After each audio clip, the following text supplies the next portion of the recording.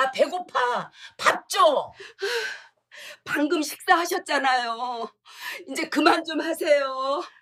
나 얘랑 재혼할 거니까 할머니 집 팔고 3억만 주세요. 네가 미쳤구나. 할머니, 우리 어디 가요?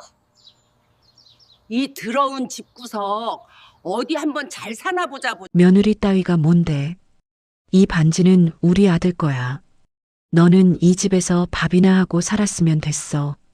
96의 시어머니의 입에서 나온 말이었습니다. 50년을 며느리로 살아온 저를 향한 말이었습니다.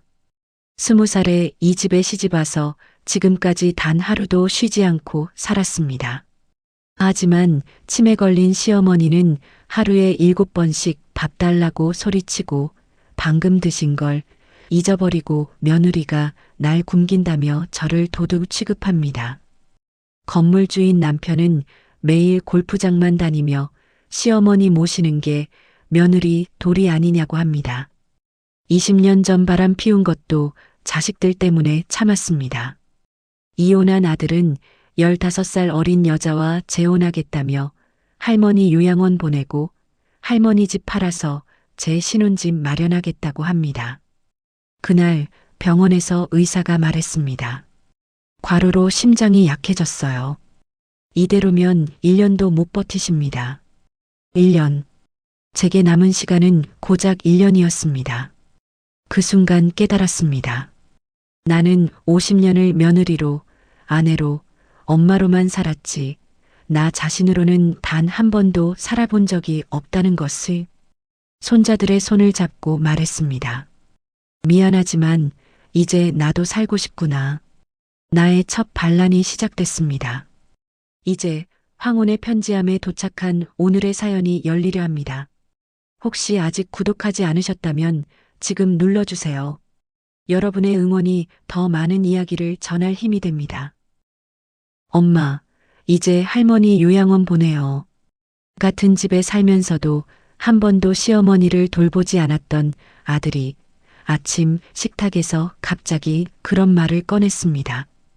저는 시어머니께 아침을 차려드리다 말고 아들을 돌아봤습니다. 50년을 며느리로 살아온 제 인생이 그 한마디에 무너지는 기분이었습니다. 이 집에는 6명이 살고 있습니다.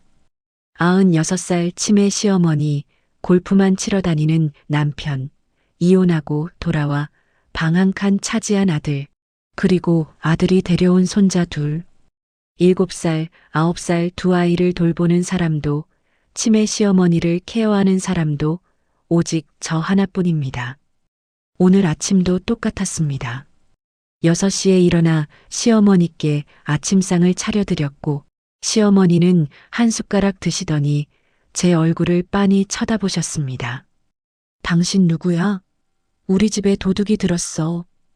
50년을 한 집에 살았는데 시어머니는 저를 알아보지 못하셨습니다. 치매가 심해진 지 2년째, 이제는 익숙한 일이었습니다. 저는 조용히 대답했습니다. 어머님, 저예요. 며느리예요. 시어머니는 고개를 저으시며 손가락으로 저를 가리켰습니다. 우리 아들 어디 갔어?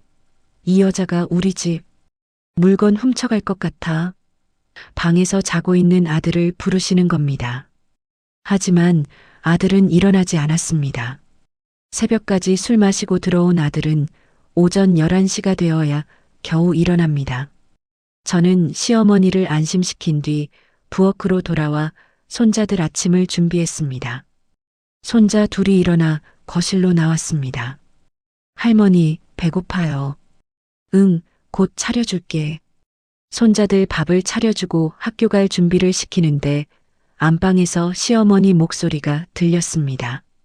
여보, 배고파. 밥 어디 갔어? 아침을 방금 드셨는데 또 잊으신 겁니다. 먹는 치매라고 했습니다.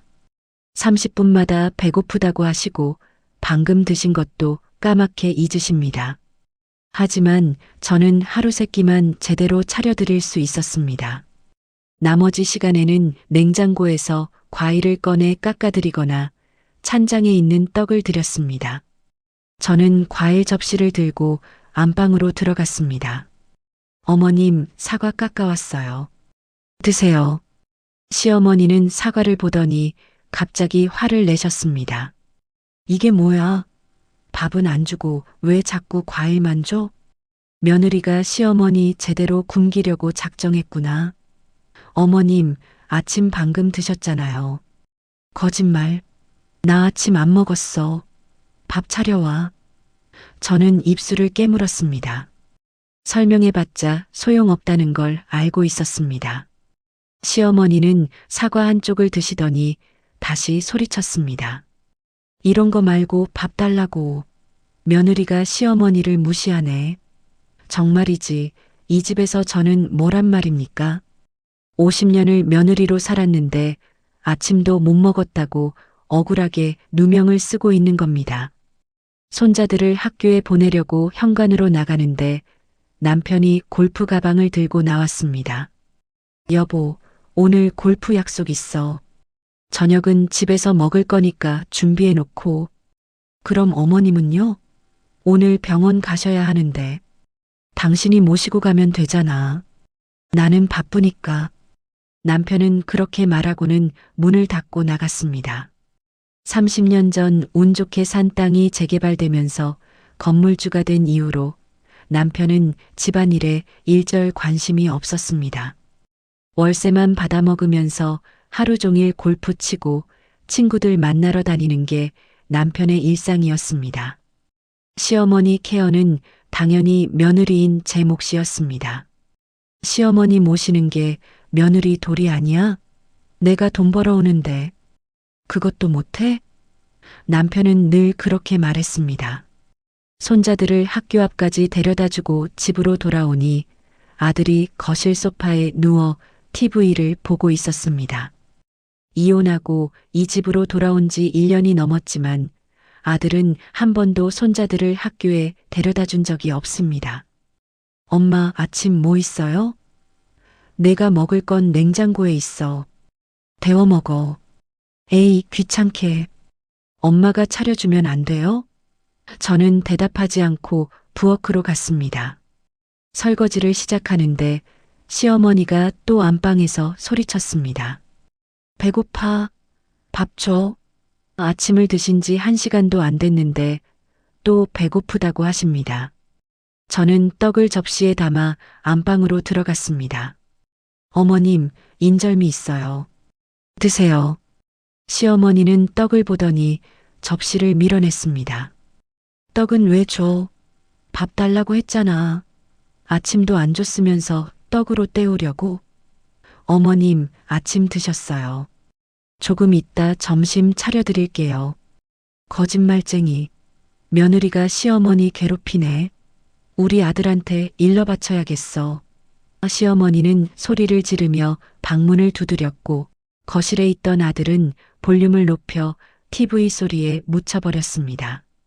저는 한숨을 참으며 다시 부엌으로 돌아왔습니다. 이게 정말 내 인생인가?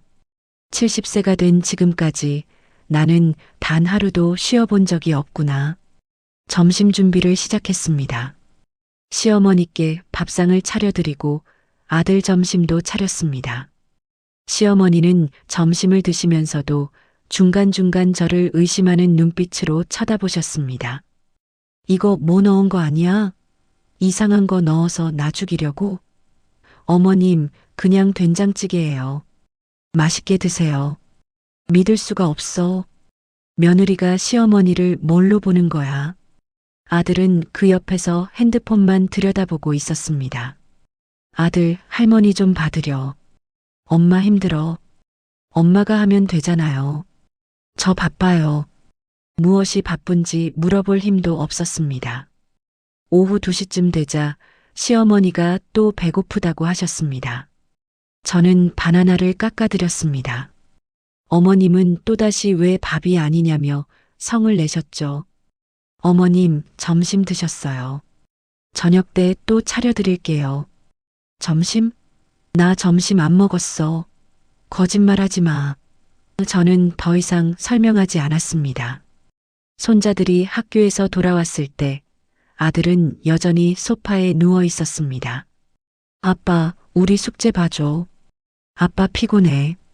할머니한테 물어봐. 손자들은 실망한 얼굴로 저를 찾아왔고 저는 저녁 준비를 하다 말고 손자들 숙제를 봐줬습니다. 남편이 골프장에서 돌아온 건 저녁 8시였습니다. 식탁에 앉은 남편은 반찬을 보더니 말했습니다. 오늘 반찬이 별로네. 내일은 좀 신경 써서 해줘. 이럴 줄 알았으면 골프장에서 먹고 왔지. 저는 아무 말도 하지 않았습니다. 하루 종일 시어머니 새끼 차리고 그 사이사이 과일 깎고 떡 드리고 손자 둘 챙기고 남편 저녁까지 차린 손으로 저는 조용히 설거지를 시작했습니다. 설거지를 끝내고 거실로 나오는데 시어머니가 또 소리쳤습니다. 배고파.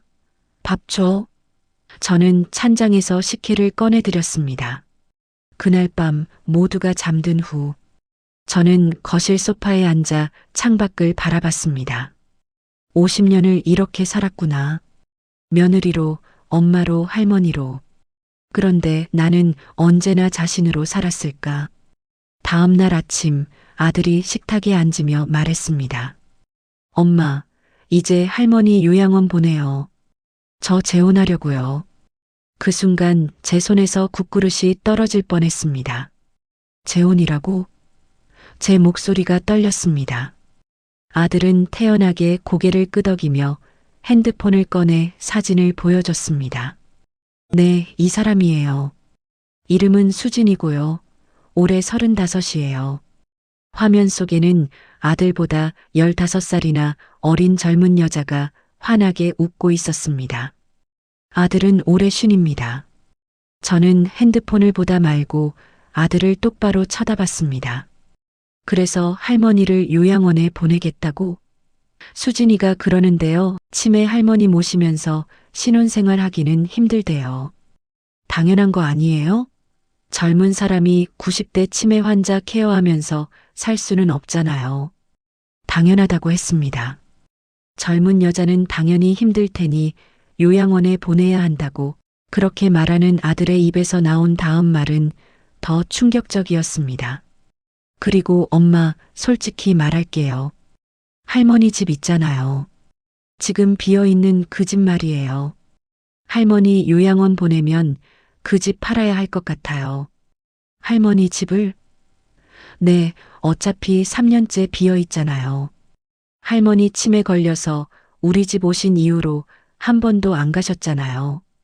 그 집 팔아서 요양원비 쓰고 나머지는 제 신혼집 마련하는데 보태려고요. 저는 숨이 막혔습니다. 시어머니가 평생 사신 그 집을 젊은 여자 신혼집 마련에 쓰겠다는 겁니다. 할머니 집은 할머니 명의잖아. 내가 마음대로 팔 수 있는 게 아니야. 그래서 할머니 도장 찍으면 되잖아요. 어차피 치매 환자니까 법정 대리인 동의하면 가능하대요. 부동산에서 시세 알아봤는데 5억 정도 받을 수 있을 것 같아요. 5억? 네, 요양원비가 한 달에 300만 원 정도 하니까 1년에 3,600만 원이에요. 할머니 어차피 의사가 길어야 5년이래요. 그럼 요양원비 2억도 안 들어요. 나머지 3억은 제가 쓰면 되죠. 저는 귀를 의심했습니다. 할머니 수명까지 계산해서 돈을 나눈 겁니다. 네가 정말 할머니를 그렇게 보는 거냐? 엄마, 현실적으로 생각해야죠. 할머니는 이제 아무것도 모르시잖아요. 요즘 요양원 좋아요. 전문가들이 케어해주고 엄마도 솔직히 힘들잖아요. 하루 종일 할머니 밥 차리고 과일 깎아드리고. 아들의 말에는 일리가 있는 것처럼 들렸지만 저는 알고 있었습니다. 이게 할머니를 위한 결정이 아니라 아들 자신과 젊은 여자를 위한 결정이라는 걸. 그때 안방에서 시어머니 목소리가 들렸습니다. 밥 줘. 아침 안 줬어. 아들은 시어머니 목소리를 듣고는 인상을 찌푸렸습니다. 봐요, 저렇게 매일 똑같은 소리만 하시잖아요. 요양원 가시는 게 할머니한테도 나아요. 엄마도 편하고. 저는 부엌으로 가서 시어머니께 과일을 깎아드렸습니다. 어머님, 수박 드세요. 수박은 왜 줘? 밥 달라고 했잖아. 며느리가 시어머니 굶기네. 시어머니는 수박 접시를 밀어냈고 저는 다시 부엌으로 돌아와 한숨을 쉬었습니다. 정말이지 저도 지쳤습니다. 하지만 요양원에 보내는 게 답은 아니었습니다. 그날 저녁 남편이 골프장에서 돌아왔을 때 아들이 먼저 말을 꺼냈습니다. 아버지, 저 재혼하려고요. 그래서 할머니 요양원 알아보고 있어요. 남편은 소파에 앉아 TV를 보다 말고 아들을 쳐다봤습니다. 그래, 누구랑 재혼하는데? 15살 어린 여자요. 35살이에요. 오, 젊네. 좋겠다. 남편은 웃으며 말했고 저는 그 모습을 보며 가슴이 무너졌습니다.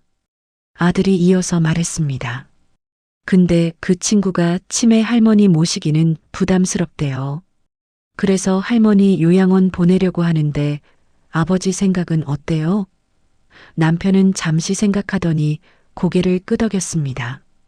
그래, 어차피 내 할머니도 이제 아무것도 모르시잖아. 요양원이 낫지 뭐. 우리도 이제 좀 편하게 살자. 3년간 우리 집에서 모셨으면 충분히 했어. 저는 믿을 수 없었습니다. 본인 친어머니를 요양원 보내자는 아들 말에 남편이 그렇게 쉽게 동의하다니. 여보, 당신 무슨 소리 하는 거예요? 당신 어머니인데 어떻게 그렇게 쉽게. 당신이 힘든 거 나도 알아. 하루 종일 엄마 밥 차리고 케어하느라 고생 많잖아. 요양원 보내면 당신도 편하고 애도 재혼하고 다 좋은 거 아니야? 요양원비는요? 그 비싼 요양원비 어떻게 내려고요? 그때 아들이 끼어들었습니다. 그래서 할머니 집 팔아서 쓰려고요. 지금 비어있는 그 집 말이에요. 남편은 잠시 생각하더니 말했습니다. 아, 네 할머니 집? 그래, 어차피 3년째 비어있고 관리비만 나가는데 파는 게 낫지. 할머니 명의니까 할머니 도장만 찍으면 되잖아요. 부동산에서 5억 정도 받을 수 있대요. 5억? 그 정도면 괜찮네. 요양원비 쓰고 남으면 내가 써. 네, 아버지. 요양원비 2억이면 충분하고 나머지 3억은 제 신혼집에 쓰려고요. 남편이 고개를 끄덕였습니다. 그래, 그게 합리적이네. 빈집 놔둬봤자 소용없고. 저는 더 이상 참을 수 없었습니다. 당신들 지금 무슨 소리 하는 거예요? 어머님 집을 팔아서 아들 신혼집 마련해 주겠다고요? 어머님 재산인데. 아들이 짜증스럽게 대답했습니다. 엄마, 요즘 세상이 어떤 세상인데요? 현실적으로 생각해야죠. 할머니도 전문 케어 받으시는 게 나아요.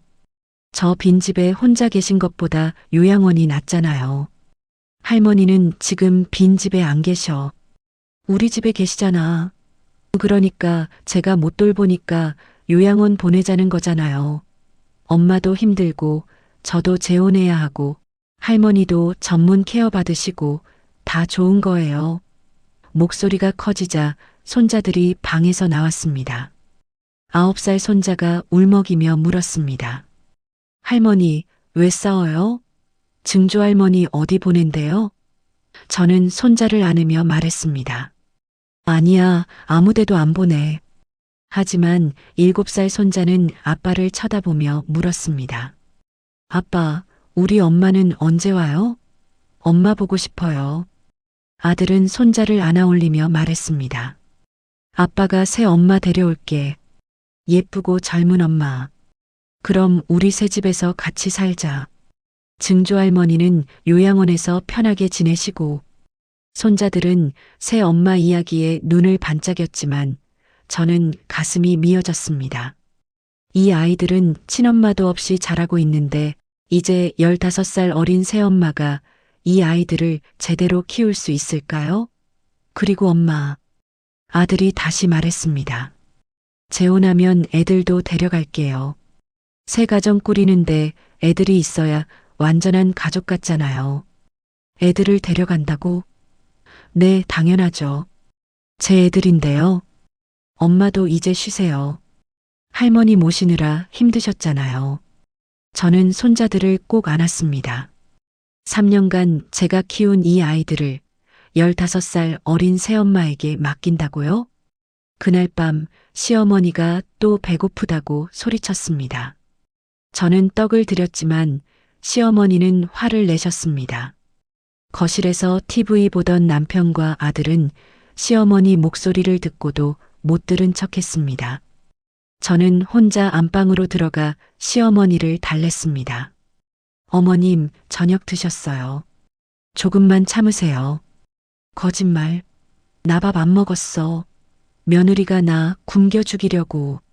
저는 시어머니 옆에 앉아 등을 토닥였습니다. 50년간 저를 못살게 굴었던 이 시어머니. 평생 칭찬 한 번 해주지 않았고 늘 우리 아들만 찾으셨고 며느리인 저는 언제나 남이었습니다. 치매가 오기 전에도 저를 무시하고 구박했는데 치매가 온 지금은 저를 아예 도둑 취급하십니다. 하지만 지금 이 순간 아들도 남편도 모두 이 어르신을 버리려 하는데 결국 끝까지 남은 건 저뿐이었습니다. 그런데 저는 왜 여기 있는 걸까요? 50년간 구박만 받았는데 왜 제가 이 어르신을 돌보고 있는 걸까요? 손자들이 방에서 나와 저를 불렀습니다. 할머니, 자장가 불러주세요. 엄마 생각나서 잠이 안 와요. 저는 손자들을 재우러 방으로 갔고 아이들 옆에 누워 자장가를 불러줬습니다. 손자들이 잠들고 나서 저는 조용히 거실로 나왔습니다. 남편과 아들은 소파에서 TV를 보며 웃고 있었고 안방에서는 시어머니의 헛소리가 들렸습니다. 이 집에서 저는 정말 혼자였습니다. 사흘 후 아들이 서류 봉투를 들고 식탁에 앉았습니다. 엄마, 요양원 상담 받고 왔어요. 여기 계약서예요. 저는 설거지하던 손을 멈추고 돌아봤습니다. 아들은 봉투에서 서류를 꺼내 식탁 위에 펼쳐놓았습니다. 한 달에 300만 원이래요. 비싸긴 한데 시설 좋고 간호사들이 24시간 케어해 준대요. 할머니한테 딱이에요. 300만 원? 그래서 할머니 집 팔아야 한다니까요. 지금 비어있는 그 집 말이에요. 할머니 명의니까 할머니 도장만 찍으면 돼요. 치매 환자도 법정 대리인 동의하면 계약 가능하대요. 부동산에서 5억 받을 수 있대요. 저는 서류를 보며 입술을 깨물었습니다. 시어머니가 평생 사셨던 그 집을 아들이 이렇게 쉽게 팔아치우려 한다는 게 믿기지 않았습니다. 엄마, 빨리 결정해요. 수진이가 기다리고 있어요. 올해에 결혼식 올리려고요. 올해? 네, 그래서 이번 주 안에 할머니 입소시키고 할머니 집 매매 계약 들어가야 해요. 시간 없어요. 너무 빨랐습니다. 모든 게 너무 빠르게 진행되고 있었습니다. 안방에서 시어머니 목소리가 들렸습니다. 밥 어디 갔어? 배고파. 저는 무거운 몸을 일으켜 부엌으로 갔습니다. 아침 준비를 해야 했습니다. 손자들 학교 보내야 했습니다. 시어머니 밥 차려야 했습니다. 그게 제 일상이었습니다. 하지만 그날따라 몸이 너무 무겁고 어지러웠습니다. 며칠째 제대로 잠을 자지 못했습니다. 시어머니가 밤마다 깨워서 밥을 달라고 했고 손자들이 악몽을 꾸고 울어서 달래줘야 했고 남편은 코를 골며 자고 아들은 새벽까지 핸드폰을 하며 웃음소리를 냈습니다. 저는 그 틈에서 눈을 붙였다가 새벽 6시면 다시 일어났습니다. 그날도 똑같았습니다. 시어머니께 아침을 차려드리고 손자들을 학교에 보내고 아들과 남편 아침을 챙기고 설거지를 마치고 2층으로 올라가 빨래를 정리하려는데 갑자기 눈앞이 핑 돌았습니다. 계단 중간쯤에서 다리에 힘이 풀렸습니다. 제 몸이 앞으로 쓰러지는 게 느껴졌습니다. 손잡이를 잡으려 했지만 손이 헛을 저었습니다. 쿵, 쿵, 쿵. 제 몸이 계단을 굴러 떨어지는 소리가 들렸습니다. 그 다음은 아무것도 기억나지 않았습니다. 할머니, 할머니. 멀리서 손자의 목소리가 들렸습니다. 눈을 뜨려 했지만 눈꺼풀이 너무 무거웠습니다. 119죠? 우리 할머니가 계단에서 떨어지셨어요. 빨리 와주세요.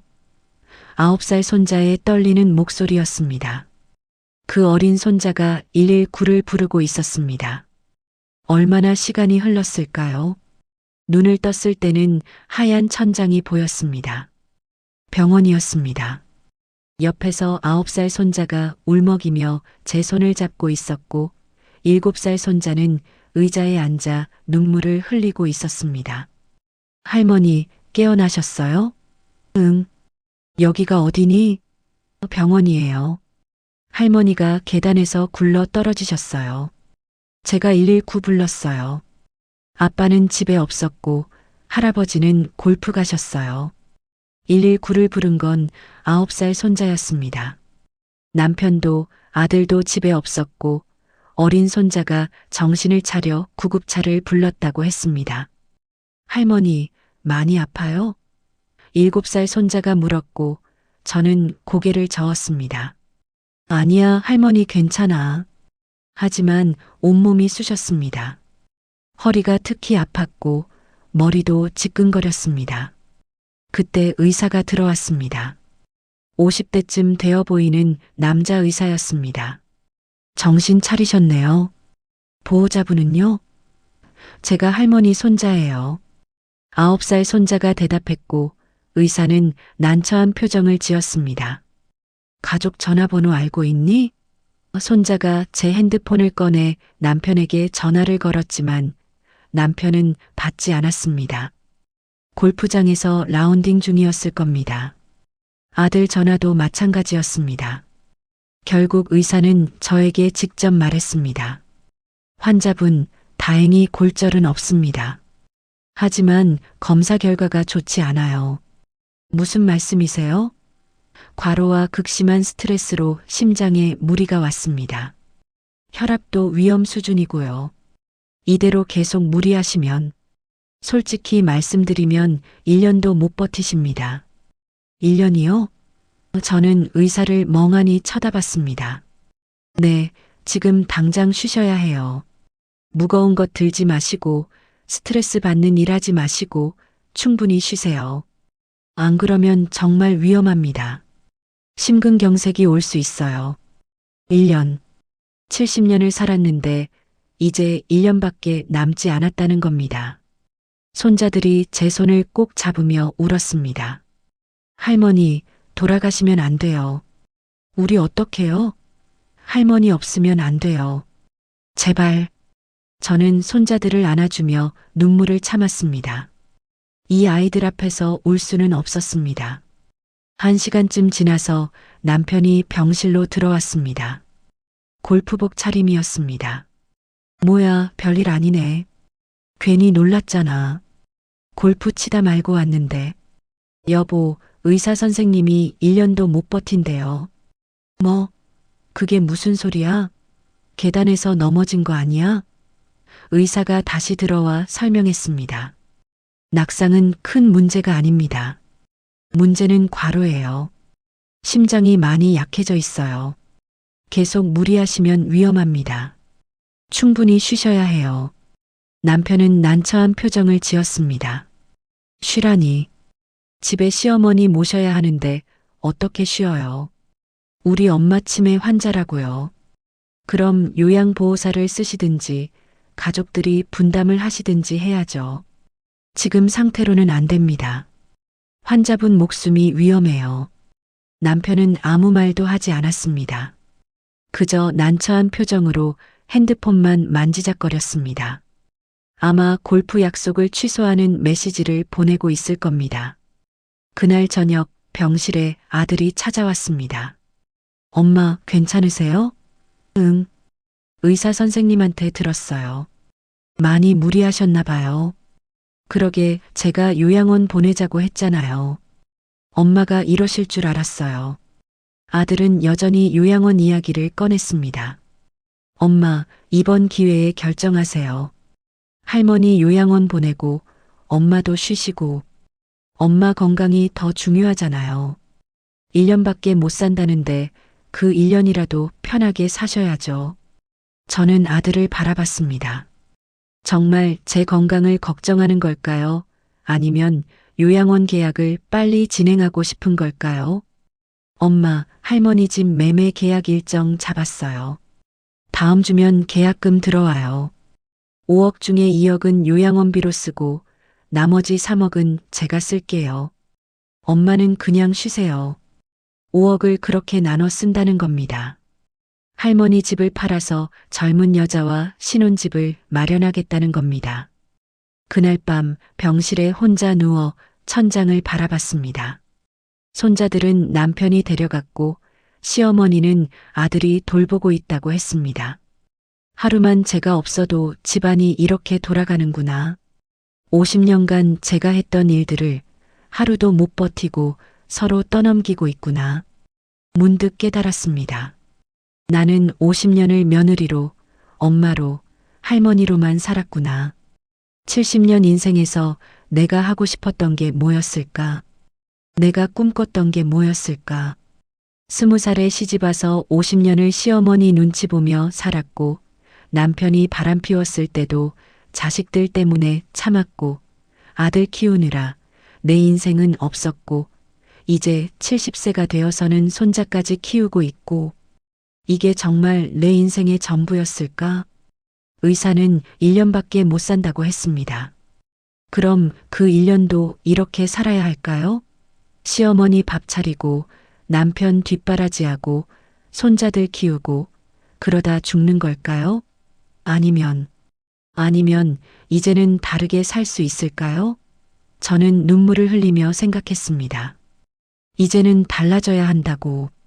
50년을 참고 살았으니 이제는 나를 위해 살아야 한다고. 다음 날 아침 퇴원 수속을 밟는데 남편이 말했습니다. 빨리 집에 가자. 어제 아들이 할머니 케어했는데 하루 만에 지쳐서 오늘은 나보고 하래. 나도 골프 약속 있는데 취소해야 하나? 남편도 아들도 결국 아무도 시어머니를 돌보고 싶어 하지 않았습니다. 그 일은 결국 다시 제 몫으로 돌아올 겁니다. 여보, 저는 남편을 똑바로 쳐다보며 말했습니다. 나 1년밖에 못 산대요. 의사가 그랬어요. 그래서 이제는 나도 내가 하고 싶은 대로 살 거예요. 50년 참았으니까. 남편은 어리둥절한 표정으로 저를 쳐다봤습니다. 저는 퇴원 서류를 받으며 속으로 다짐했습니다. 이제는 달라질 거라고. 퇴원하고 집으로 돌아왔을 때 현관문을 열자마자 손자 둘이 뛰어나왔습니다. 할머니, 9살 손자가 제 허리를 껴안으며 울음을 터뜨렸습니다. 할머니, 돌아가시는 줄 알았어요. 정말 무서웠어요. 7살 손자도 제 다리를 붙잡고 눈물을 흘렸습니다. 할머니, 이제 안 아파요? 다시 계단에서 떨어지면 어떡해요? 저는 손자들을 꼭 안아주며 말했습니다. 괜찮아. 할머니, 이제 괜찮아. 너희들 걱정 많이 했구나. 손자들은 제 품에서 한참을 울었습니다. 이틀 동안 얼마나 불안했을까요? 엄마도 없는 아이들인데 할머니마저 쓰러지니 얼마나 무서웠을까요? 거실로 들어서니 남편은 소파에 앉아 TV를 보고 있었고 아들은 방에서 나오지도 않았습니다. 안방에서는 시어머니 목소리가 들렸습니다. 밥 줘. 배고파. 이틀 동안 집이 엉망이 되어 있었습니다. 싱크대에는 설거지할 그릇들이 쌓여 있었고 거실 바닥에는 과자 부스러기가 널려 있었고 빨래가 산처럼 쌓여 있었습니다. 남편이 무거운 몸을 일으켜 말했습니다. 왔어? 빨리 엄마 좀 봐. 이틀 동안 정말 힘들었어. 하루 종일 밥 달라고 하시고 밤에도 깨우고 나 이틀간 골프도 못 갔어. 제가 이틀 동안 병원에 입원해 있는 동안 남편이 겪은 일이 그것이었습니다. 골프를 못 간 게 가장 힘든 일이었다는 겁니다. 애들은요? 밥 제대로 챙겨 먹었어요? 응, 배달시켜 먹었어. 근데 애들이 자꾸 당신 찾아서 힘들었어. 밤에도 울고 그래서 손자들이 울었다는 말에 가슴이 미어졌습니다. 저는 손자들을 데리고 부엌으로 갔습니다. 할머니가 맛있는 거 해줄게. 뭐 먹고 싶어? 9살 손자가 고개를 저었습니다. 할머니, 요리하지 마세요. 또 쓰러지면 어떡해요? 우리 그냥 라면 먹을게요. 아니야, 괜찮아. 할머니가 해줄게. 싫어요. 할머니 아프면 안 돼요. 손자가 소리를 지르며 울었습니다. 그 모습을 보니 눈물이 났습니다. 이 아이는 제가 다시 쓰러질까봐 두려워하고 있었습니다. 저는 손자를 안아주며 말했습니다. 알았어, 알았어. 그럼 할머니랑 같이 만들자. 응? 손자들과 함께 간단하게 계란볶음밥을 만들었습니다. 아이들은 계란을 깨고 밥을 퍼고 열심히 도왔습니다. 밥을 먹이고 나서 안방으로 들어갔습니다. 시어머니는 침대에 누워 계셨습니다. 이틀 동안 아들과 남편이 돌봤다는데 방 안은 엉망이었습니다. 휴지가 바닥에 널려 있었고 약 봉지가 그대로 있었고 시어머니 옷은 얼룩투성이었습니다. 어머님, 제가 왔어요. 시어머니는 저를 보더니 눈을 크게 뜨셨습니다. 당신 누구야? 우리 집에 왜 왔어? 어머님, 며느리예요. 제가 병원 갔다 왔어요. 병원? 나 병원 안 가. 당신이 나 병원 데려가서 죽이려는 거지? 시어머니는 저를 의심하는 눈빛으로 쳐다보셨습니다. 저는 한숨을 참으며 시어머니 옷을 갈아입혀 드렸습니다.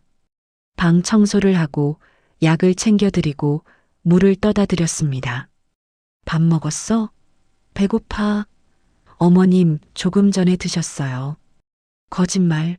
나 밥 안 먹었어. 며느리가 또 굶기네. 저는 과일을 깎아드렸지만 시어머니는 화를 내셨습니다.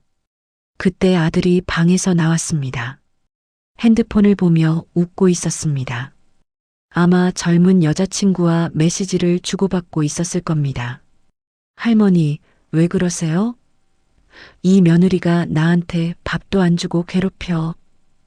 아들은 저를 쳐다보며 말했습니다. 엄마, 할머니 좀 잘 챙겨드려요. 이틀 동안 정말 힘들었어요. 계속 저 부르시고 밤새 깨우시고 나 수진이랑 통화도 제대로 못했어요. 제가 병원에 입원해 있는 동안 아들이 겪은 고생이 그것이었습니다. 여자친구와 통화를 제대로 못한 게 가장 힘든 일이었다는 겁니다. 둘 다. 이틀 동안 어머님 돌봐보니까 어땠어요? 남편이 끼어들었습니다. 정말 힘들더라고. 당신이 매일 이걸 했다는 게 이제야 이해가 되네. 그래서 나도 찬성이야. 요양원 보내는 거. 당신도? 응, 이틀 해보니까 알겠어. 이거 사람이 할 짓이 아니야. 전문가한테 맡기는 게 맞아. 남편도 아들도 이틀 만에 포기한 겁니다. 3년 동안 제가 혼자 해왔던 일을 이틀도 못 버틴 겁니다. 그날 저녁 손자들을 재우러 방에 들어갔습니다. 침대에 누운 9살 손자가 제 손을 꼭 잡으며 말했습니다. 할머니, 할머니가 없으면 우린 어떡해요? 왜 그런 말을 하니? 할머니가 병원에 있을 때 아빠가 그랬어요. 할머니 건강 안 좋으니까 우리 새엄마랑 같이 살아야 한다고. 증조할머니는 요양원 보내고 우리는 새 집으로 가야 한다고. 7살 손자도 울먹였습니다. 저는 새엄마 싫어요. 할머니랑 계속 살고 싶어요. 엄마도 없는데 할머니마저 없으면 저는 손자들을 꼭 안아주었습니다. 그 순간 깨달았습니다. 내가 지켜야 할 건 이 아이들 뿐이라는 것을. 50년간 나를 못살게 굴었던 시어머니는 아들이 알아서 하게 내버려 둬야 한다는 것을. 바람피운 남편도 재산 노리는 아들도 이제는 상관없다는 것을. 오직 이 순수한 손자들만 지키면 된다는 것을. 할머니가 약속할게. 너희들은 할머니가 지킬 거야. 정말요? 응, 정말이야. 할머니가 너희를 절대 떠나지 않을게. 손자들은 제 품에서 안심한 듯 잠이 들었습니다. 저는 아이들의 잠든 얼굴을 한참 바라봤습니다. 7살, 9살. 너무 어린 나이에 엄마를 잃고 이제 아빠마저 재혼하려 하고 15살 어린 새엄마 밑에서 자라야 하는 아이지. 이 아이들만큼은 제가 지켜야 합니다. 거실로 나오니 남편과 아들이 소파에 앉아 요양원 서류를 보고 있었습니다. 여보, 이리 와봐. 요양원 계약서 확인 좀 해봐. 저는 서류를 보지 않고 말했습니다. 저는 서명 안 할 거예요. 뭐? 어머님 요양원 보내는 거 저는 반대해요. 아들이 벌떡 일어났습니다. 엄마, 무슨 소리예요? 엄마 건강도 안 좋은데 계속 할머니 모시겠다고요? 아니. 저는 아들을 똑바로 쳐다보며 말했습니다.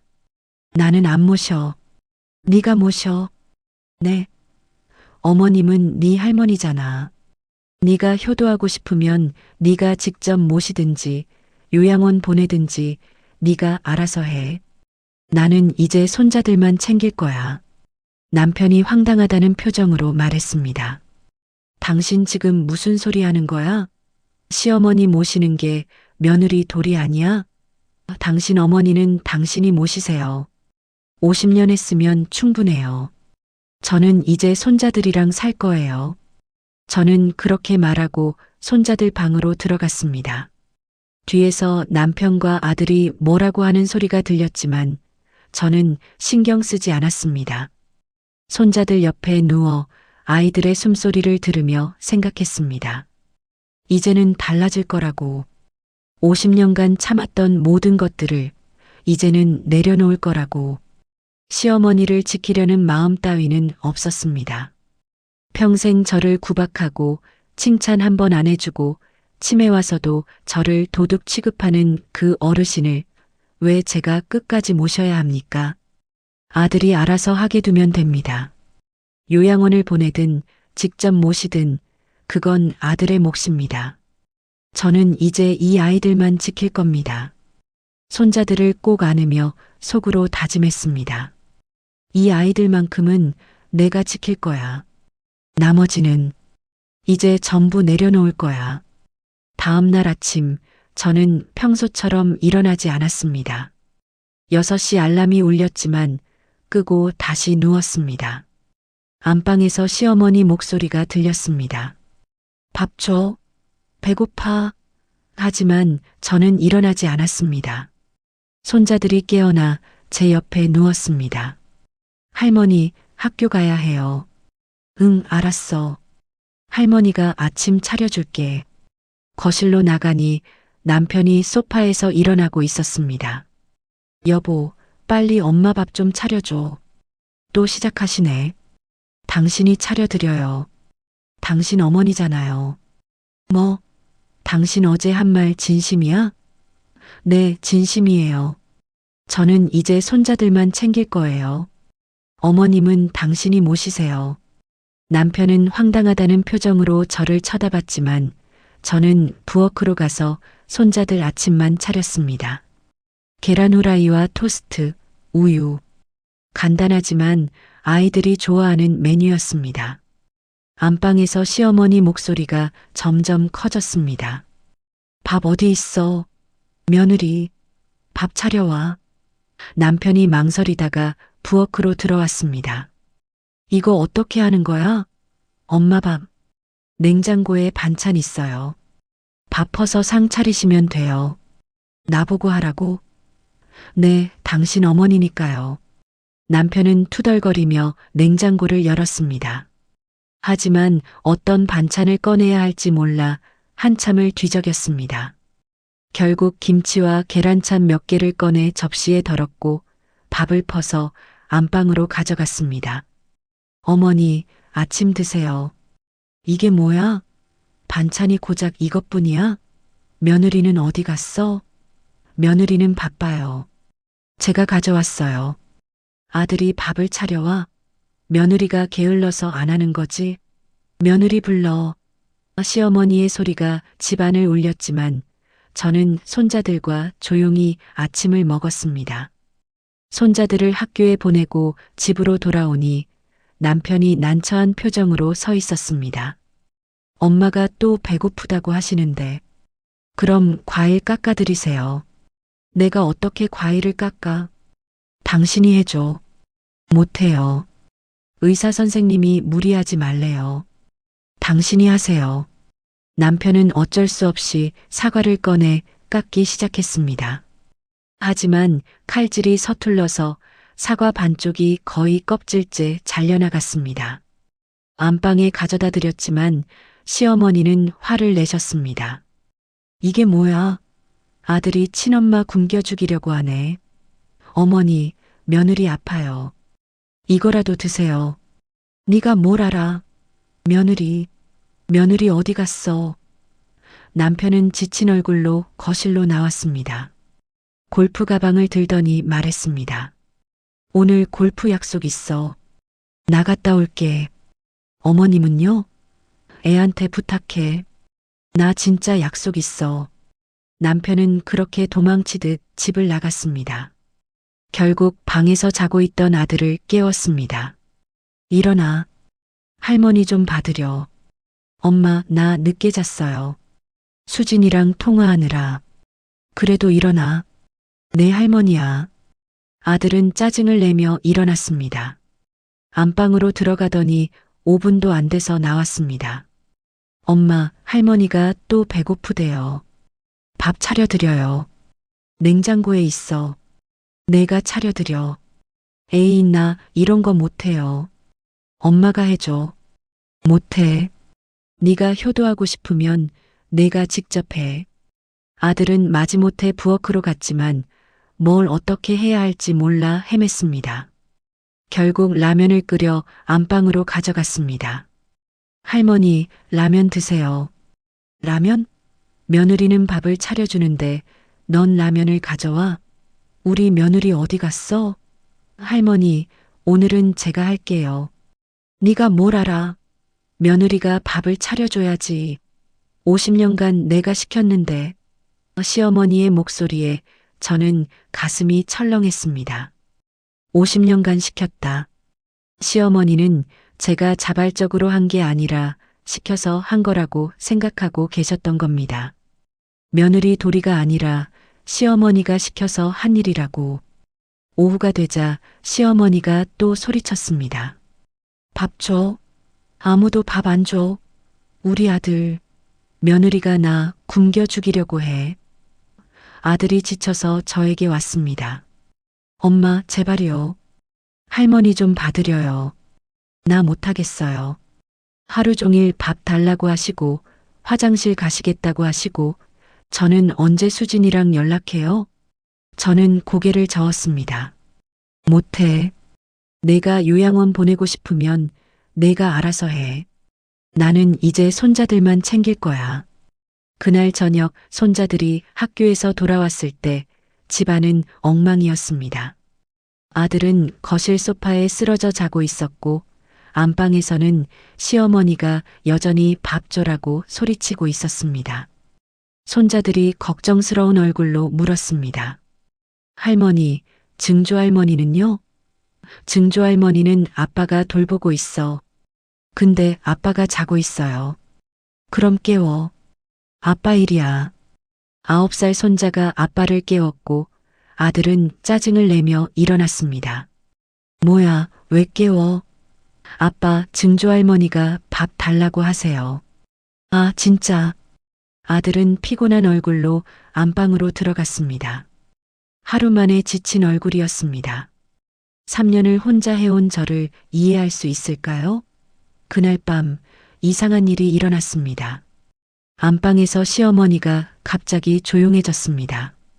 아들이 나와서 말했습니다. 엄마, 할머니가 이상해요. 갑자기 조용해지셨어요. 저는 안방으로 들어갔습니다. 시어머니는 침대에 앉아 손가락을 만지작거리고 계셨습니다. 손가락에는 금반지가 끼어 있었습니다. 시어머니가 평생 차고 다니던 그 금반지였습니다. 어머님?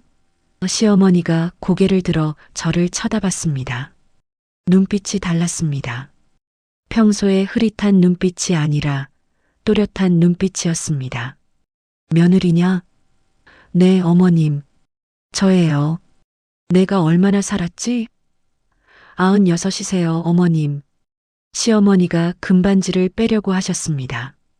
하지만 손가락이 부어서 잘 빠지지 않았습니다. 이 반지, 내가 죽으면 우리 아들 줘야 해. 네. 며느리한테는 절대 안 돼. 이건 우리 집안 대대로 내려오는 거야. 며느리 따위가 뭔데? 며느리 따위. 50년을 한 집에 살았는데 시어머니는 저를 며느리 따위라고 부르셨습니다. 이 반지는 우리 아들한테 줘야 해. 며느리는 손도 대지 마. 알았지?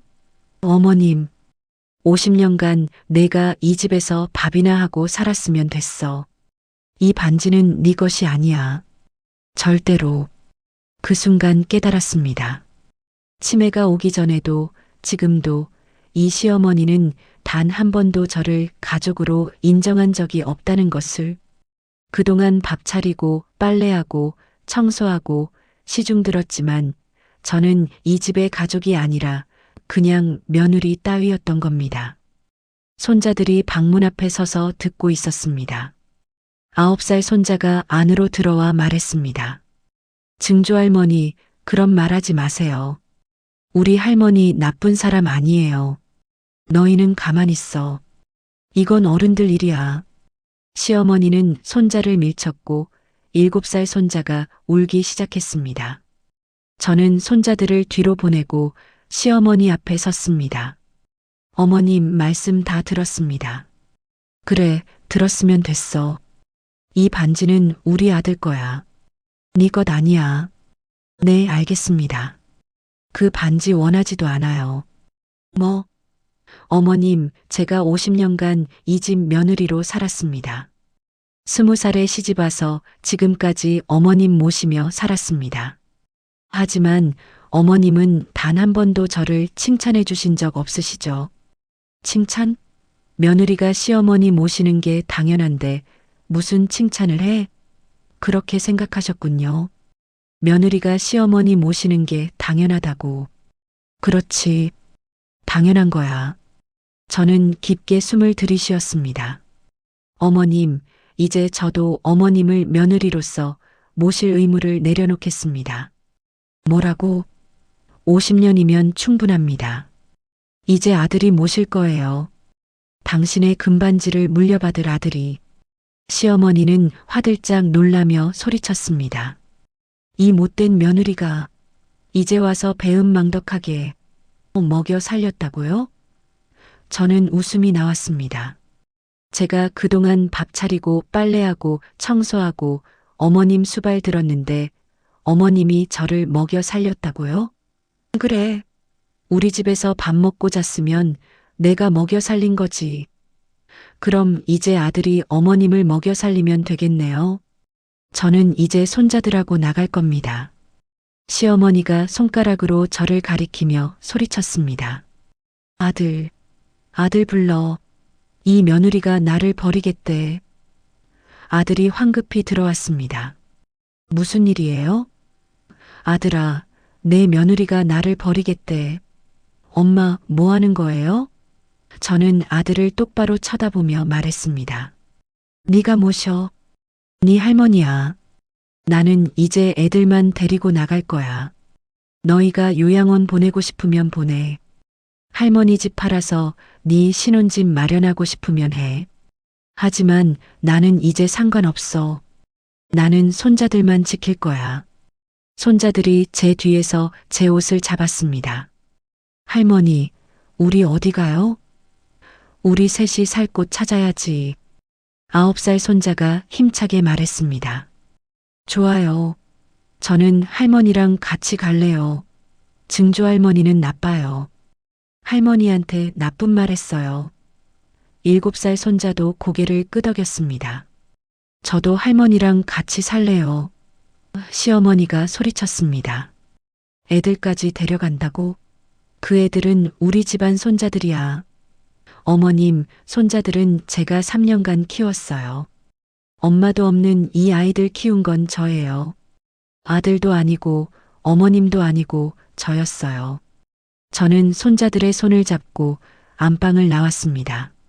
시어머니의 비명 같은 소리가 뒤에서 들렸습니다.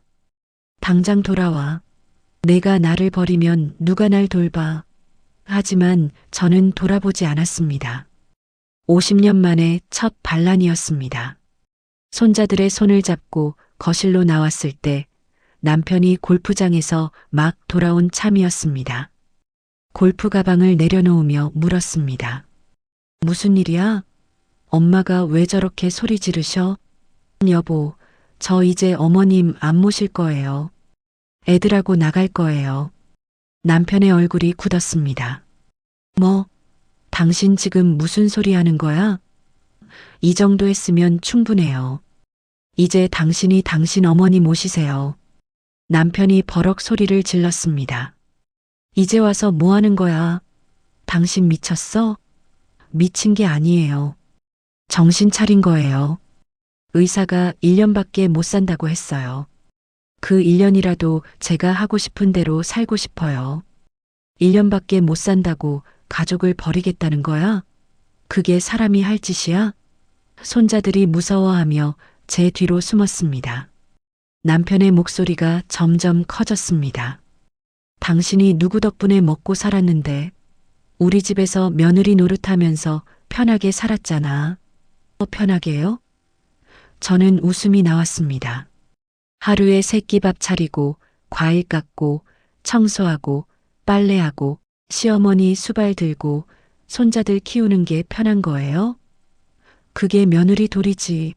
시집 와서 시부모 모시고 살림하는 게 당연한 거야. 그럼 이제 당신이 당연한 일 하세요. 당신 어머니니까 당신이 모시는 게 당연하잖아요. 남편은 주먹을 불끈 쥐었습니다. 당신, 내가 얼마나 돈 벌어왔는데, 건물 월세로 이 집 먹여 살린 게 누군데, 그 건물은 30년 전에 운 좋게 산 땅이 재개발된 거잖아요. 당신이 노력해서 번 돈도 아니고, 뭐, 그리고 제가 그동안 가사노동했으면 그것도 노동이에요. 밥값은 한 거예요. 남편은 말문이 막혔습니다. 그때 아들이 끼어들었습니다. 엄마, 진정하세요. 엄마가 지금 흥분하신 거예요. 할머니를 버릴 수는 없잖아요. 나는 안 버려. 너희가 알아서 해. 그럼 요양원밖에 없는데요? 그게 엄마가 원하는 거예요? 너희가 요양원 보내고 싶으면 보내. 할머니 집 팔아서 내 신혼집 마련하고 싶으면 해. 나는 이제 상관없어. 아들의 얼굴이 붉어졌습니다. 엄마, 그럼 애들은요? 애들까지 데려간다고요? 이 아이들은 내가 3년간 키웠다. 애들 밥 먹이고 학교 보내고 재운 건 나야. 네가 아니고. 그래도 제 자식인데요. 그럼 네가 키워봐. 15살 어린 새엄마한테 맡겨서 잘 키워봐. 그때 안방에서 시어머니가 소리쳤습니다. 아들, 며느리가 나를 버린대. 아들이 안방으로 달려갔고 곧 시어머니를 부축해서 거실로 나왔습니다. 시어머니는 저를 가리키며 소리쳤습니다. 이 못된 며느리가 날 죽이려고 해. 이제 날 버린대. 손자들이 겁에 질려 떨었습니다. 시어머니가 계속 소리쳤습니다. 저 여자 때문에 내가 밥도 못 먹고 굶었어. 저 여자가 나를 학대했어. 경찰 불러. 남편이 제 팔을 붙잡았습니다. 당신, 지금 당장 정신 차려. 엄마한테 가서 사과해. 사과요? 제가 뭘 잘못했는데요? 시어머니를 버리겠다는 게 잘못이지. 저는 지금까지 다 했어요. 이제 당신 차례예요. 남편이 저를 밀쳤습니다. 저는 뒤로 비틀거렸고 손자들이 비명을 질렀습니다. 할머니, 9살 손자가 남편 앞에 섰습니다. 할아버지, 할머니한테 그러지 마세요. 넌 가만히 있어. 이건 어른들 일이야. 아니에요. 할머니가 잘못한 거 없어요. 증조할머니가 할머니한테 나쁜 말 했어요. 며느리 따위라고 했어요. 시어머니가 손자를 노려봤습니다. 너 어른 말에 끼어들면 안 돼. 증조할머니가 나빠요. 할머니는 매일 밥 해주시고 우리 챙겨주시는데 증조할머니는 고맙다는 말도 안 하고 자꾸 밥 달라고만 하고 할머니를 도둑이라고 하고 7살 손자도 울면서 말했습니다. 맞아요. 증조할머니 나빠요. 할머니한테 못되게 굴어요. 아들이 손자들을 끌어당겼습니다. 너희들 증조할머니한테 그런 말하면 안 돼. 방으로 들어가. 싫어요. 우리는 할머니 편이에요. 9살 손자가 소리쳤습니다. 남편이 화가 나서 소리쳤습니다. 애들까지 버릇없게 만들어놨네. 당신이 애들한테 뭐라고 가르친 거야? 저는 아무것도 안 가르쳤어요. 애들이 눈으로 본 거예요. 제가 어떻게 사는지, 어머님이 저를 어떻게 대하시는지, 시어머니가 손가락으로 저를 가리키며 떨었습니다. 저 여자 때문에 우리 집안이 망가졌어. 손자들까지 버릇없게 만들어놨어. 어머님, 손자들은 진실을 말한 것뿐이에요. 진실? 진실은 내가 그동안 우리 집에 빌부터 살았다는 거야. 우리 아들 만나지 않았으면 넌 뭐가 됐겠어? 그 말에 저는 더 이상 참을 수 없었습니다. 어머님, 제가 20살에 이 집에 시집 왔을 때 저도 꿈이 있었어요. 선생님이 되고 싶었어요. 하지만 시집 오자마자 어머님이 말씀하셨죠. 며느리가 무슨 공부를 해? 집안일이나 해. 그래서 저는 공부를 포기했어요. 그게 당연한 거지. 며느리가 시집 와서 공부는 무슨. 50년 동안 저를 구박하시면서도 단 한 번도 고맙다는 말씀 안 하셨죠. 밥이 맛없다. 청소가 엉망이다. 빨래를 잘못했다. 그런 말씀만 하셨어요. 그게 며느리 교육이지. 교육이요? 저는 눈물을 흘렸습니다. 그게 교육이라고 생각하세요? 저는 50년간 한 번도 인정받아 본 적 없어요. 어머님한테도, 남편한테도, 아들한테도. 남편이 비웃었습니다. 인정? 당신이 뭘 했다고 인정을 바래? 집안일 하는 게 당연한 거지. 그럼 이제 당신이 해보세요. 당연한 거니까 당신이 하세요. 시어머니가 또 소리쳤습니다. 며느리, 너 정말 이럴 거야? 은혜를 원수로 갚을 거야? 은혜요? 저는 웃었습니다. 밥 차리고 빨래하고 청소하고 수발 든 게 제가 받은 은혜예요? 제가 베푼 노동이죠. 이 배은망덕한 년이. 시어머니가 손으로 탁자를 쳤고 그 위에 있던 물컵이 떨어져 깨졌습니다. 손자들이 비명을 질렀습니다. 저는 손자들을 뒤로 보내며 말했습니다. 어머님, 이제 그만하세요. 저도 지쳤어요. 충분하다고? 시어머니 모시는 게 끝이 어딨어. 죽을 때까지 모셔야지. 그럼 아들이 모시세요. 저는 이제 못해요. 남편이 제 앞을 막아섰습니다. 당신 이 집에서 나가면 한 푼도 없어. 알아? 알아요. 그래도 나갈 거예요. 애들 학비는 어떻게 낼 건데? 제가 알아서 할게요. 당신이 뭘 할 수 있는데? 집안일만 했으면서.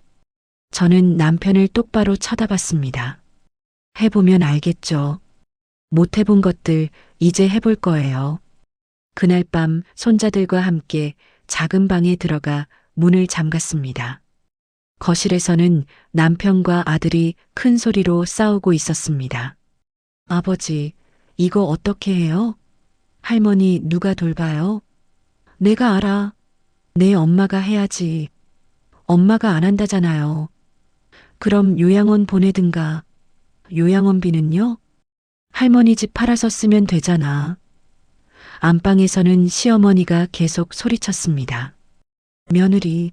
며느리 어디 갔어? 밥 줘. 하지만 아무도 대답하지 않았습니다. 손자들이 제 품에 안겨 떨고 있었습니다.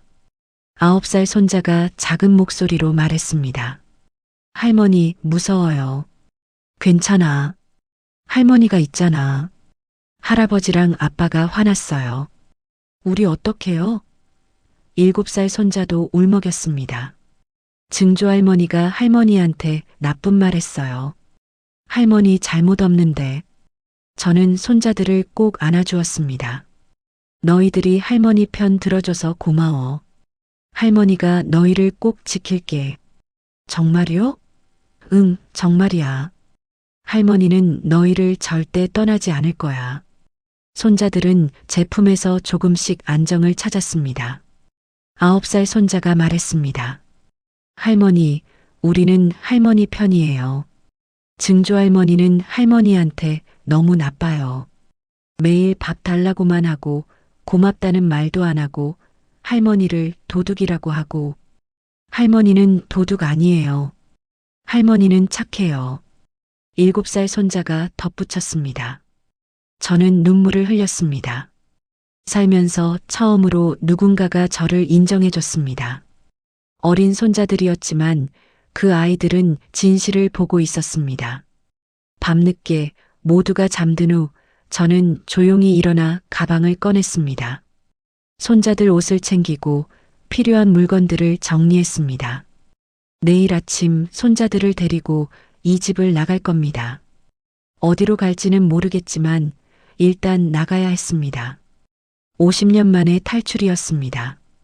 창밖을 바라보니 새벽이 밝아오고 있었습니다. 새로운 시작이 기다리고 있었습니다. 새벽 5시 저는 손자들을 조용히 깨웠습니다. 일어나. 우리 나가야 해. 손자들은 잠이 덜 깬 얼굴로 일어났고 제가 준비해둔 옷으로 갈아입었습니다. 가방 2개에 옷가지와 필요한 물건들을 챙겼습니다.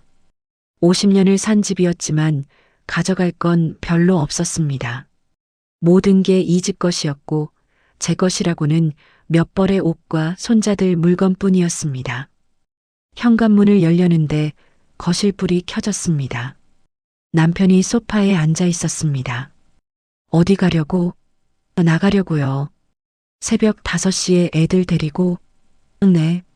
남편이 일어나 제 앞을 막았습니다. 안 돼. 당신 이 집에서 못 나가. 비켜주세요. 안 비켜. 당신이 나가면 엄마는 누가 돌봐? 나보고 하라는 거야? 네, 당신 어머니니까요. 그때 아들이 방에서 나왔습니다. 뒤이어 시어머니도 안방에서 나오셨습니다. 온 가족이 거실에 모였습니다. 손자들은 제 뒤에서 떨고 있었습니다. 시어머니가 저를 보더니 소리쳤습니다. 새벽부터 어디 가려고 그래? 아침은 누가 차려? 어머님, 이제 며느리가 아닙니다. 뭐라고? 이제 그만하겠습니다. 남편이 가방을 빼앗으려 했고 저는 뒤로 물러섰습니다.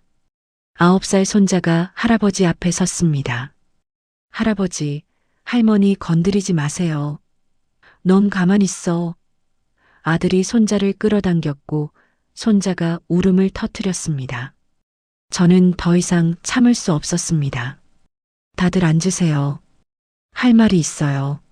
무슨 말? 50년간 못했던 말이요. 저는 소파에 앉았고 손자들을 제 옆에 앉혔습니다. 남편과 아들은 마지못해 건너편에 앉았고 시어머니는 안방에서 의자를 끌고 나와 앉으셨습니다. 그리고 제 이야기를 시작했습니다. 저는 20살에 이 집에 시집 왔습니다. 어머님은 첫날부터 말씀하셨죠. 우리 집 며느리는 일해야 한다고. 새벽 5시에 일어나서 시부모님 식사 준비하고 빨래하고 청소하고 밤늦게까지 바느질하고 그게 며느리 도리라고 하셨습니다. 시어머니가 끼어들었습니다. 당연한 거 아니야? 며느리가 시집와서 해야 할 일이지. 네, 당연하다고 생각하고 했어요. 50년 동안요. 시아버님 돌아가시고 나서는 어머님만 모셨죠. 치매 걸리시기 전까지 20년, 치매 걸리신 후 3년. 남편이 짜증스럽게 말했습니다. 그래서 그게 자랑이야? 아니요. 사실이에요. 그리고 여보, 저는 남편을 똑바로 쳐다봤습니다. 당신이 20년 전에 바람 피웠을 때 저는 알았어요. 남편의 얼굴이 굳었습니다. 뭐, 당신이 다른 여자 만나는 거 다 알았어요. 늦게 들어오고 향수 냄새 풍기고 핸드폰 숨기고 다 봤어요. 그건 하지만 저는 참았어요. 아들이 아직 어렸으니까요. 아버지 없이 크면 상처받을까봐 참았어요. 이혼하고 싶었지만 자식 때문에 참았어요. 아들이 충격받은 표정으로 물었습니다. 아버지가 바람을 피웠어요? 20년 전 일이야. 이제 와서 왜 그 얘기를 해? 남편이 발뺌했습니다. 20년 전 일이지만 저는 그때부터 죽은 것처럼 살았어요. 남편을 믿을 수 없었고 가족이 뭔지 몰랐고 그냥 의무감으로만 살았어요. 며느리 의무, 엄마 의무, 아내 의무. 시어머니가 손가락을 만지작거리고 있었습니다. 금반지가 끼어 있었습니다. 저는 일어나서 시어머니 앞에 섰습니다. 어머님, 그 반지 제가 빼드릴게요. 뭐? 아들 주시려고 하셨잖아요. 제가 빼드릴게요. 저는 시어머니 손을 잡고 금반지를 빼기 시작했습니다. 손가락이 부어서 잘 빠지지 않았지만 천천히 돌리며 빼냈습니다. 시어머니가 항의했습니다. 뭐 하는 거야? 그건 내 거야. 네, 알아요. 아들한테 주시려던 거잖아요. 저는 금반지를 남편에게 던졌습니다. 남편이 황급히 받았습니다. 엄마, 이게 뭐예요? 어머님이 평생 집착하셨던 반지예요. 며느리 따위한테는 줄 수 없다고 하셨죠. 가져가세요. 요양원 가실 때 챙겨가시고요. 시어머니가 소리쳤습니다. 요양원? 나 요양원 안 가. 어머님, 이제 며느리인 저는 못 모셔요. 아들이 모시세요. 아들이 직접 모시든지 요양원 보내든지 알아서 하세요. 손자들이 제 손을 꼭 잡았습니다. 저는 남편을 쳐다봤습니다. 여보, 당신 어머니는 당신이 모시세요. 당신 친어머니잖아요. 며느리인 제가 왜 모셔야 해요? 아들이 모시는 게 당연한 거 아니에요? 그건 전통이요? 며느리만 희생하는 게 전통이에요? 그럼 그 전통 이제 버리세요. 저는 이 상태로라면 1년밖에 못 산대요. 그 1년은 제가 하고 싶은 대로 살 거예요. 남편이 당황했습니다. 그럼 나보고 엄마 케어하라고? 나는 일도 있고. 무슨 일이요? 골프 치는 게 일이에요? 건물 월세 받는 게 일이에요? 그건 당신은 하루 종일 골프 치고 친구 만나고 편하게 사시잖아요. 저는 그동안 단 하루도 쉰 적 없어요. 명절도 없고 휴가도 없고 주말도 없이 일했어요. 아들이 끼어들었습니다. 엄마, 그래도 할머니를 버릴 순 없잖아요. 가족인데. 가족? 저는 아들을 쳐다봤습니다. 너는 할머니를 가족으로 대했니? 3년 동안 같은 집에 살면서 단 한 번도 할머니 케어 안 했잖아. 밥 한 번 안 차려드렸잖아. 그게 가족이야? 그건 엄마가 하니까. 그래, 내가 했지.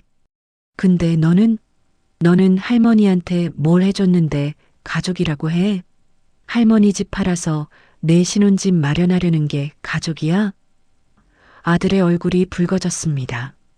그건 할머니 요양원비도 써야 하고. 핑계 대지 마. 너는 젊은 여자랑 재혼하고 싶어서 할머니 치우려는 거잖아. 솔직하게 말해봐. 아들이 말문이 막혔습니다. 저는 시어머니를 돌아봤습니다.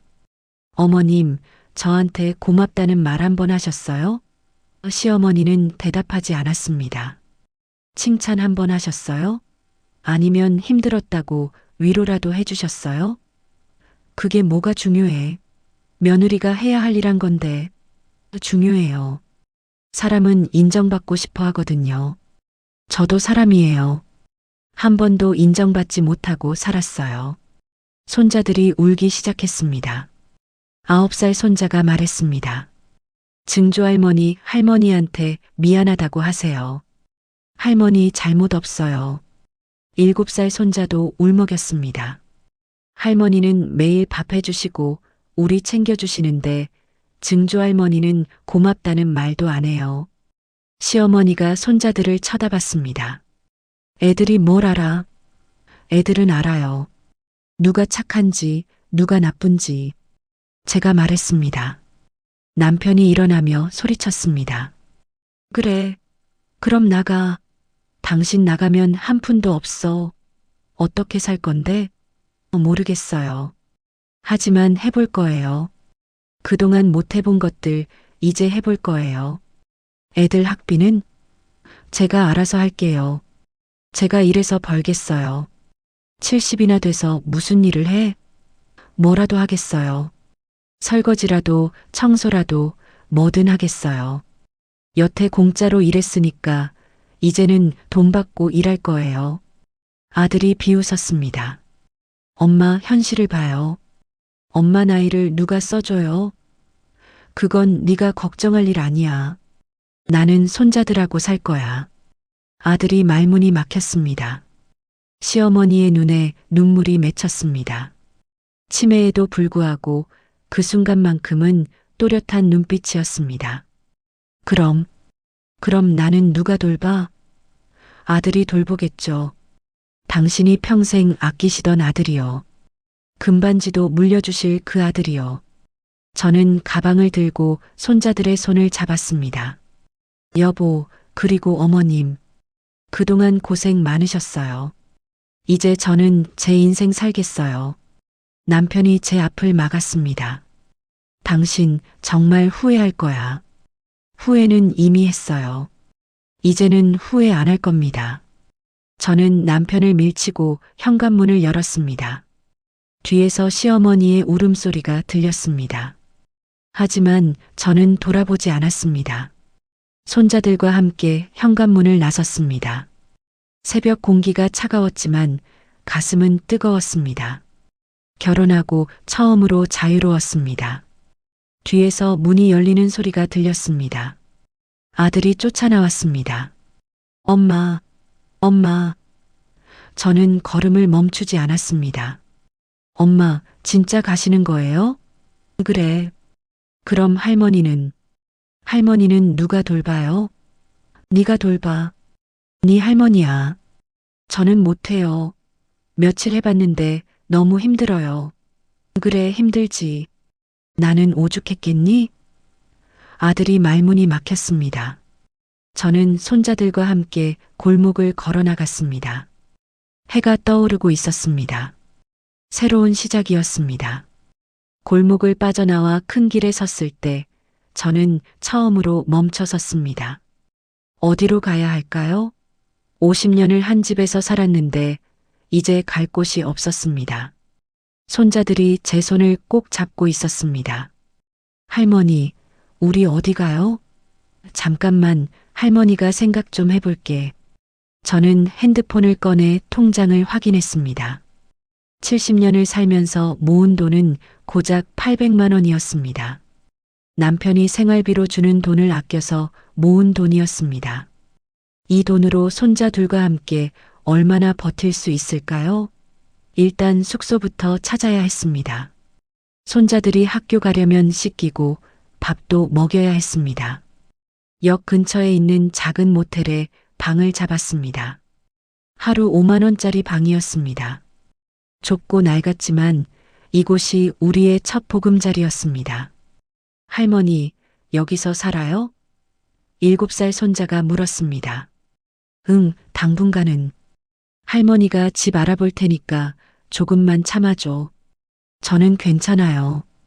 할머니랑 있으면 어디든 좋아요. 9살 손자가 말했습니다. 저는 손자들을 꼭 안아주었습니다. 이 아이들만 있으면 됐습니다. 손자들을 씻기고 근처 분식집에서 김밥을 사다 먹였습니다. 학교에 보내고 나서 저는 혼자 앉아 생각했습니다. 이제 어떻게 살아야 할까요? 70세에 할 수 있는 일이 뭘까요? 길가에 교차로를 꺼내와 구인구직 글을 확인했습니다. 식당 설거지, 아파트 청소, 요양보호사. 할 수 있는 일을 찾기 시작했습니다. 며칠 후 동네 식당에서 설거지 일을 구했습니다. 하루 6시간, 시급 10,000원이었습니다. 한 달이면 180만 원 정도 벌 수 있었습니다. 모텔비와 생활비를 빼면 남는 게 없었지만 일단 시작했습니다. 손자들은 학교가 끝나면 식당으로 왔습니다. 주인 아주머니가 밥을 챙겨주셔서 아이들은 식당에서 숙제를 하며 저를 기다렸습니다. 할머니, 힘들어요? 9살 손자가 물었습니다. 아니야, 괜찮아. 할머니 손이 빨개졌어요. 제 손은 설거지를 하느라 거칠어져 있었습니다. 하지만 이상하게도 마음은 편했습니다. 50년간 공짜로 일했는데 이제는 돈을 받고 일하니까요. 누가 시켜서 하는 게 아니라 제가 선택해서 하는 일이었습니다. 한 달쯤 지났을 때 아들에게서 전화가 왔습니다. 엄마, 할머니 상태가 안 좋아요. 그래서 병원에 입원하셨어요. 엄마가 좀 와주세요. 나는 못 가. 엄마, 할머니가 위독하시다고요. 그럼 내가 돌봐. 내 할머니잖아. 엄마, 저는 진짜 못하겠어요. 너무 힘들어요. 하루 종일 밥 달라고 하시고 화장실 모셔드리고 밤에도 못 자고 저 정말 미칠 것 같아요. 그래, 힘들지. 나는 평생을 그랬어. 엄마, 요양원 보내든지 내가 직접 모시든지 알아서 해. 전화를 끊었습니다. 며칠 후 남편에게서 전화가 왔습니다. 여보, 우리 엄마 요양원 보내기로 했어. 그래서요? 엄마 집 팔았어. 5억 받았어. 그래요. 요양원비로 2억 쓰고 나머지는 애 결혼 자금으로 주기로 했었는데 마음대로 하세요. 근데 수진이가 결혼 안 한대. 뭐요? 수진이랑 할머니 요양원비 2억에 대해서도 가져와야 한다면서 싸웠었나 봐. 그리고 애들 양육비 관련해서는 일절 줄 수 없다고 고집 피워서 저는 웃음이 나왔습니다. 15살 어린 여자는 현실을 정확히 알고 있었던 겁니다. 그래서 결혼 파기됐어요? 응. 수진이가 헤어지자고 했어. 그럼 할머니는 어떻게 됐어요? 요양원 입소했어. 근데 엄마가 그리운지 자꾸 며느리 찾으시더라고. 며느리 어디 갔냐고. 그래요. 여보, 그리고 나 진짜 힘들어. 집안이라는 게 이렇게 힘든 줄 몰랐어. 당신이 50년간 이걸 했다는 게 이제야 힘들었다는 게 이해가 돼. 이제야요? 미안해. 내가 너무 당연하게 생각했어. 집안일을 너무 쉽게 봤어. 저는 전화를 끊었습니다. 사과를 듣고 싶었던 게 아니었습니다. 이미 늦었습니다. 2달쯤 지났을 때 저는 작은 원룸을 구했습니다. 보증금 500만 원, 월세 40만 원짜리 방이었습니다. 좁았지만 손자들과 셋이 살기에는 충분했습니다. 식당 일을 하고 저녁에는 아파트 청소 일도 시작했습니다.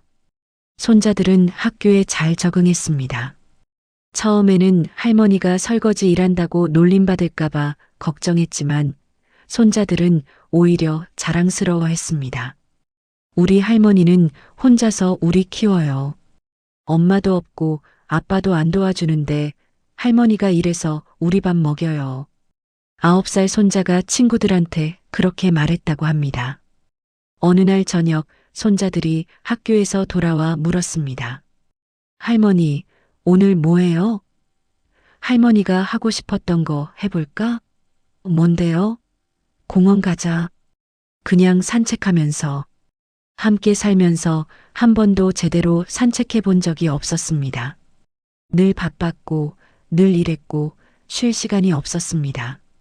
손자들과 함께 공원을 걸었습니다. 단풍이 물들어 있었고, 바람이 시원했습니다. 손자들은 뛰어다니며 놀았고, 저는 벤치에 앉아 그 모습을 바라봤습니다. 할머니, 행복해요? 9살 손자가 제 옆에 앉으며 물었습니다. 응, 행복해. 진짜요? 그런데 할머니 일하느라 힘들잖아요. 돈이 많다고 행복한 건 아니야. 할머니는 지금이 제일 행복해. 왜요? 너희들이 있으니까. 그리고 할머니가 할머니로 살 수 있으니까. 무슨 뜻이에요? 할머니는 그동안 며느리로, 아내로, 엄마로만 살았어. 근데 지금은 그냥 할머니로 살 수 있어. 너희들 할머니로. 손자가 제 손을 꼭 잡았습니다. 할머니, 저희도 행복해요. 증조할머니 집에서보다 지금이 더 좋아요. 그래. 네, 할머니가 웃어요. 예전에는 할머니가 항상 피곤해 보였는데 지금은 웃어요. 저는 눈물을 흘렸습니다. 그 말이 맞았습니다. 가난하고 힘들고 작은 원룸에서 셋이 살지만 저는 웃고 있었습니다. 석 달쯤 지났을 때 요양원에서 연락이 왔습니다. 시어머니가 많이 쇠약해지셨다고 했습니다. 며느리를 찾으신다고 했습니다. 저는 손자들과 함께 요양원을 찾아갔습니다. 시어머니는 침대에 누워 계셨습니다. 많이 야위셨습니다. 저를 보자 눈물을 흘리셨습니다. 며느리, 왔니? 네, 어머님. 미안하다. 여지껏 고생시켰다. 치매에도 불구하고 그 순간만큼은 또렷하셨습니다. 너무 늦었지. 이제 와서 미안하다고 해도. 괜찮아요, 어머님. 아니야. 괜찮지 않아. 나는 너한테 너무 못되게 굴었어. 그동안 한 번도 고맙다고 안 했어. 시어머니의 손이 떨렸습니다. 저는 그 손을 잡아드렸습니다. 어머님, 이제 됐어요. 너, 나를 용서할 수 있니? 저는 잠시 생각했습니다. 용서할 수 있을까요? 50년간의 한을 용서할 수 있을까요? 어머님, 저는 어머님을 용서하려고 온 게 아니에요. 작별 인사하러 왔어요. 작별? 네, 저는 이제 어머님의 며느리가 아니에요. 그냥 손자들 할머니로 살 거예요. 시어머니가 눈물을 흘렸습니다. 그래, 그게 맞다. 너는 자유로워야 해. 저는 시어머니의 손을 놓았습니다. 손자들과 함께 요양원을 나왔습니다. 뒤돌아보니 시어머니가 창문으로 저희를 보고 계셨습니다. 저는 고개를 숙여 인사했습니다. 마지막 인사였습니다. 한 달 후 시어머니가 돌아가셨다는 연락을 받았습니다. 장례식장에 갔을 때 남편과 아들이 빈소 앞에 앉아 있었습니다. 남편은 많이 늙어 보였고 아들은 초췌해 보였습니다. 저는 조용히 절을 올렸습니다. 손자들도 증조할머니께 절을 했습니다. 장례식이 끝나고 나올 때 남편과 아들이 저를 불렀습니다. 여보, 잠깐만. 무슨 일이세요? 남편이 무릎을 꿇었습니다. 50년을 함께 산 남편이 처음으로 제 앞에 무릎을 꿇었습니다. 여보, 미안해. 정말 미안해. 일어나세요. 아니야. 이 말 꼭 해야 해. 나는 그동안 당신을 당연하게 생각했어. 당신이 밥 차리는 것도, 빨래하는 것도, 엄마 모시는 것도 다 당연하다고 생각했어. 당신이 얼마나 힘들었는지, 얼마나 외로웠는지 한 번도 생각 안 했어. 아들도 옆에서 무릎을 꿇었습니다. 엄마, 저도 정말 죄송해요. 저는 할머니를 일주일도 제대로 못 모셨어요. 엄마가 어떻게 사셨는지 이제야 알겠어요. 정말 미안해요. 손자들이 제 옆에서 할아버지와 아빠를 쳐다봤습니다. 남편이 봉투를 꺼냈습니다. 여보, 이거 엄마 집 팔았던 돈 5억이야. 다 당신 거야. 이게 무슨, 우리가 잘못 생각했어. 그 돈은 당신이 받아야 해. 50년간 엄마 모신 대가야. 그리고 애들 키우는 데 써. 제발 받아줘. 저는, 여보, 제발. 우리한테 다시 기회를 줘. 집으로 돌아와줘. 나는 이제 달라질 거야. 골프도 줄이고 집안일도 하고 당신 힘들게 안 할게. 아들도 말했습니다. 엄마, 저도 달라질게요. 애들 학교 등하교 제가 하고 숙제도 봐주고 아빠 노릇 제대로 할게요. 제발 집으로 돌아와 주세요. 저는 봉투를 받았습니다. 5억. 50년의 값이 5억이라는 숫자로 환산됐습니다. 저는 이 돈을 받을 자격이 없어요. 아니야, 당신이 받아야 해. 하지만 어머님 집이었잖아요. 엄마가 돌아가시기 전에 말씀하셨어. 그 집 팔아서 며느리한테 주라고. 며느리가 고생한 대가를 주라고. 엄마가 마지막으로 남긴 유언이었어. 저는 눈물을 흘렸습니다. 시어머니가 마지막 순간에 그런 말씀을 하셨다니. 손자들이 물었습니다. 할머니, 우리 집에 가요? 저는 손자들을 보고 남편을 보고 아들을 봤습니다. 정말 달라질 수 있을까요? 50년간의 습관이 하루아침에 바뀔 수 있을까요? 조건이 있어요. 뭐든지 말해. 첫째, 집안일은 공평하게 나눠요. 둘째, 손자들 케어는 아들이 책임져요. 셋째, 제가 하고 싶은 일 있으면 존중해 주세요. 남편이 고개를 끄덕였습니다. 그래, 다 할게. 약속해. 그리고 마지막. 다시는 저를 당연하게 생각하지 마세요. 저도 사람이에요. 존중받고 싶어요. 알았어. 꼭 그렇게 할게. 한 달 후, 저는 손자들과 함께 집으로 돌아갔습니다. 50년을 살았던 그 집이었지만, 이제는 달랐습니다. 남편은 정말로 골프를 일주일에 한 번으로 줄였습니다. 그리고 매일 아침 설거지를 했습니다. 서툴렀지만 열심히 했습니다. 여보, 이거 어떻게 하는 거야? 그냥 물에 헹구고 세제 묻혀서 닦으면 돼요. 이렇게? 네, 잘하고 있어요. 아들은 매일 아침 손자들을 학교에 데려다 줬습니다. 학교 시간에 맞춰 데려오고 숙제도 같이 봤습니다. 아빠, 이 문제 어떻게 풀어요? 아빠도 잘 모르겠는데. 같이 알아볼까? 손자들은 행복해했습니다. 할머니도 있고 할아버지도 달라지고 아빠도 챙겨주니까요. 어느 날 저녁 온 가족이 식탁에 둘러앉았습니다. 남편이 차린 저녁이었습니다.